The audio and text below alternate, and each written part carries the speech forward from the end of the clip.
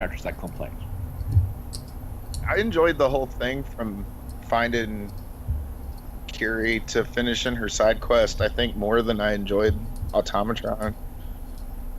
No, I can't disagree because people have different connections to different characters. I think Curie's got a really has got a character. I think she's got a uniqueness to her. I just don't really relate to her with Piper. I think she's quite good. Because she's got a kind of awkward surface, but beneath it all is a really moralistic, driven character. And to be fair, the fact that Bethesda wrote that character, I'm really impressed. You know, the fact that we've got a dimension, a character with dimension in the Bethesda games. Don't spoil Piper for me. I haven't finished her stuff out yet. No, that dimension's on show the first time you meet her. So. Yeah, she was a very deep character. I don't like her personality, so I kind of sent her away and she disappeared somewhere. Tim R. Witt says Curie has some very interesting comments in places like the Forge that make her sound like a deeper character. What comments are they, Tim R. Witt? Be right She back, does guys. comment on quite a few things. The more places you take her. Yeah, I mean, she just generally comment. I mean, I like the fact that she has a. I don't know. She does comment in a really interesting way. I agree with you there. No, well, Curie has a. Forgetting the fact that she's a robot, she has a. I mean, responding to Polite Raider, she's saying a literal robot. And doesn't she have the old, like, she pines for that dead man thing? Like, she worked for a scientist before. Yes. And he's dead. Yeah, So she she's actually like, very Well, doesn't- in a way. Doesn't Valentine kind of break down about being upset that he was just programmed to be some ancient detective character? yeah, I don't think they did that the best way, to be honest, but fair that I was the character. I mean, with Bethesda, I'm just like, I'm happy you did this character. I'm not bothered that you didn't do it well. I'm just happy that you did it. But I don't think that was the best. I didn't really. Did you empathize with that? The fact that he felt like he wasn't Nick Valentine, that he was just a machine. A little bit. I mean, I think with Valentine, I just sort of thought he was cool more than I really cared about the paying attention to his character. Yeah. Kind of skipped through his dialogue a bit. Yeah. Well, Tim Arwett says something like being in charge of the Forge would help her complete her plans. Well, that Yeah. doesn't remind me of world domination or anything. Or Templar says her character stalls after her personal quest. You wait for content to elaborate on her character, and it doesn't happen. Yeah, I agree. In terms of other characters, I mean, I can only think of characters that really stand out. Piper, I suppose I could include Curie, Kate, Valentine. People like McCready, but I don't really. It didn't do anything for me. Don't forget Strong. Yeah, I like Strong. You know, I was actually having a discussion about Strong with Jonah Loeb, the guy who made him a while ago, who was actually rather disappointed with how Strong's character shaped up. Because he ended up just being, you know, this comic relief of bullshit instead of being a deep, monstrous character. Did Strong ever find the milk of human kindness? I don't know. That's what I like about it, because That all the depends. other Super Mutant companion characters have had were either broken in the previous games, were either broken or good, and this one is an actually genuinely bad Super Mutant, and he's following you precisely to become more powerful, and I quite like that. Can you romance Strong? I don't think so. Well then, no, you don't. He doesn't get to find his special milk.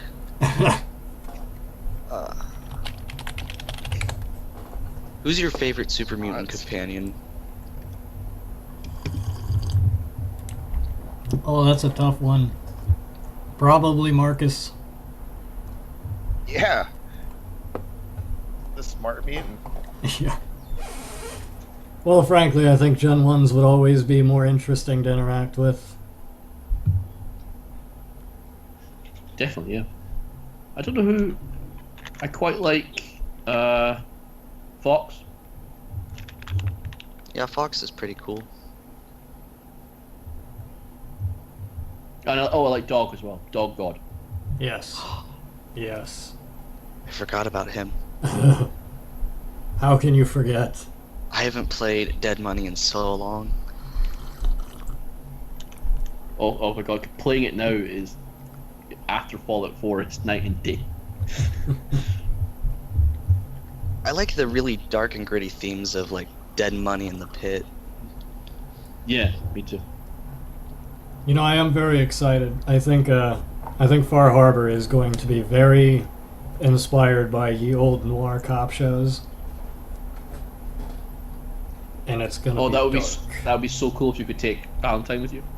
I think that's the entire premise. You know, you go to Far Harbor with Valentine to investigate disappearances. That would be so cool. That would be, especially with the fact that they're making quests more complex. That would be looking forward to it. Yeah, I'm gonna play the ever living fuck out of Far Harbor. Yeah, the chat are talking about Dead Money. I mean, people don't like Dead Money, but I really like Dead Money because of the characters. I mean, they're like multi-dimensional, twisted characters. I mean, Elijah must be like one of the best antagonists I've seen in media, period. Yeah, Elijah was absolutely incredible.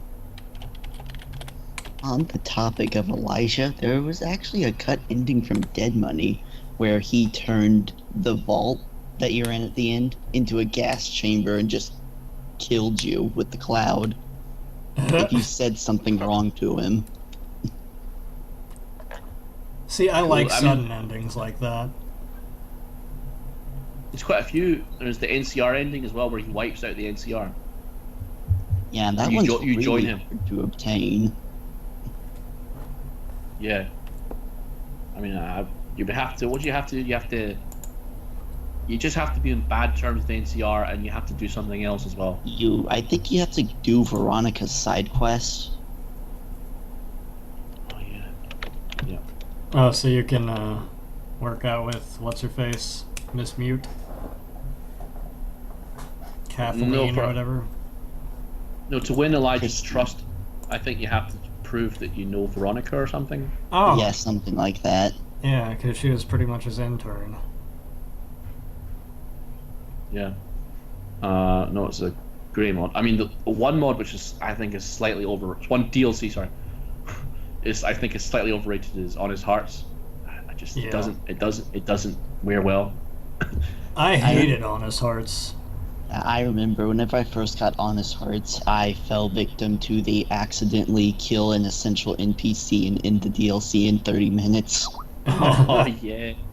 The fact that what's his face appears over the ridge and he just looks like every other hostile. I mean, you must want to shoot him every time. I can't remember his name. Follows Chalk. Yeah. I mean, that's Josh companion. Sawyer's.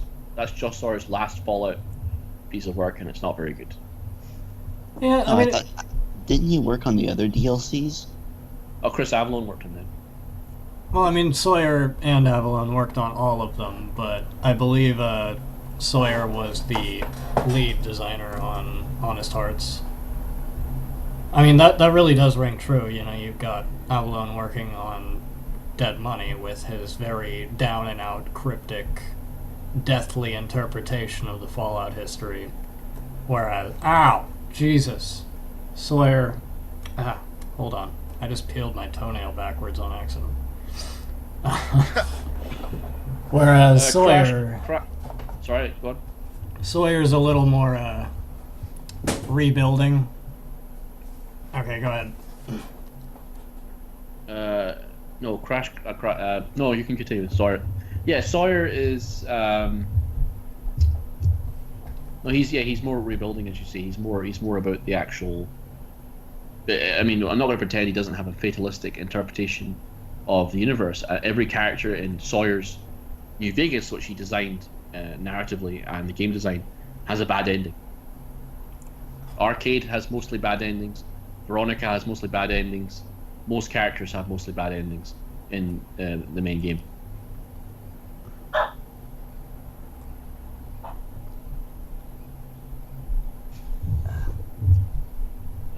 Right, and just as our Man, break. so you think a bunch go of on. people would be mad about? You think a bunch of people would be mad about EDE as a Fallout 4 companion?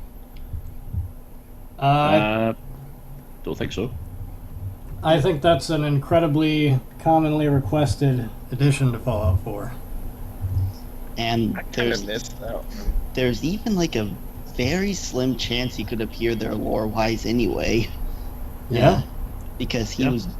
was built at Adams Air Force Base, and the Brotherhood might have picked up some tracker and put it on the Pridwin by accident, and ED could just return to it. Or be lost in a box on the thing. Or he's still with the courier. Yeah, I guess if the courier does his quest entirely, he doesn't go on that journey to wherever and sticks with them. Does it was one of Edie's endings? Does he fly back east? No, but it says he just flies off one day and is never seen again.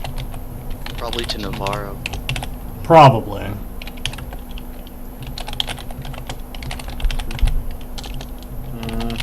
Crash Caches 244 asked me, how do I feel about No Man's Sky?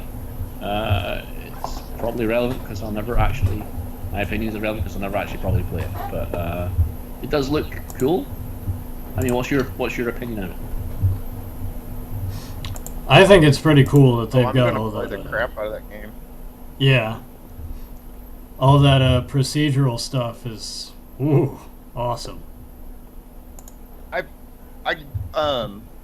I messed around with that idea with Torque, with making procedurally generated maps on a way smaller scale, and it felt pretty cool. I mean, honestly, I think it's gonna.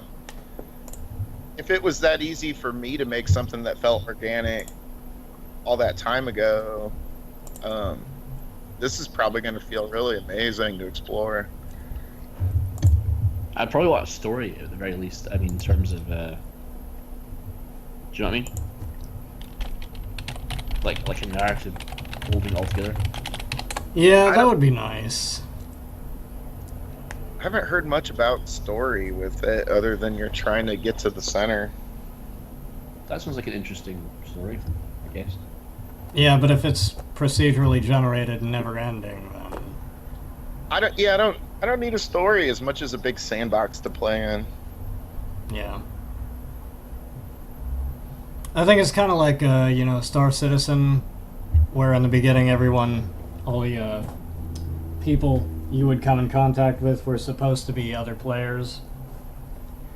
You know, that would be a very important part of a game like that, having the entire economy and world based off around player interaction, but that frequently does not work out right.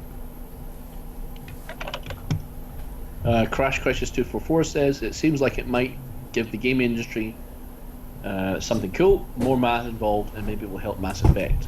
They're fairly different games, but will it help make more procedural games? I don't think so. Maybe. The game industry is a lot more segregated than it was. And what I mean by that is there's Kickstarter games, Indiegogo games, and lots of indie games. And none of these big companies knows what sells anymore. So, there's likely to be less of a trend type thing.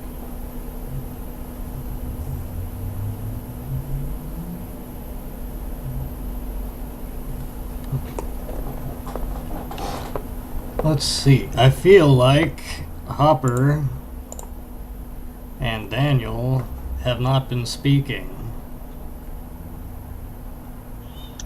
Yeah. I was waiting for the right time. Give me your opinions on things and stuff. Alright. How different do you think the Fallout universe would be if the Vault Dweller had become the new super mutant?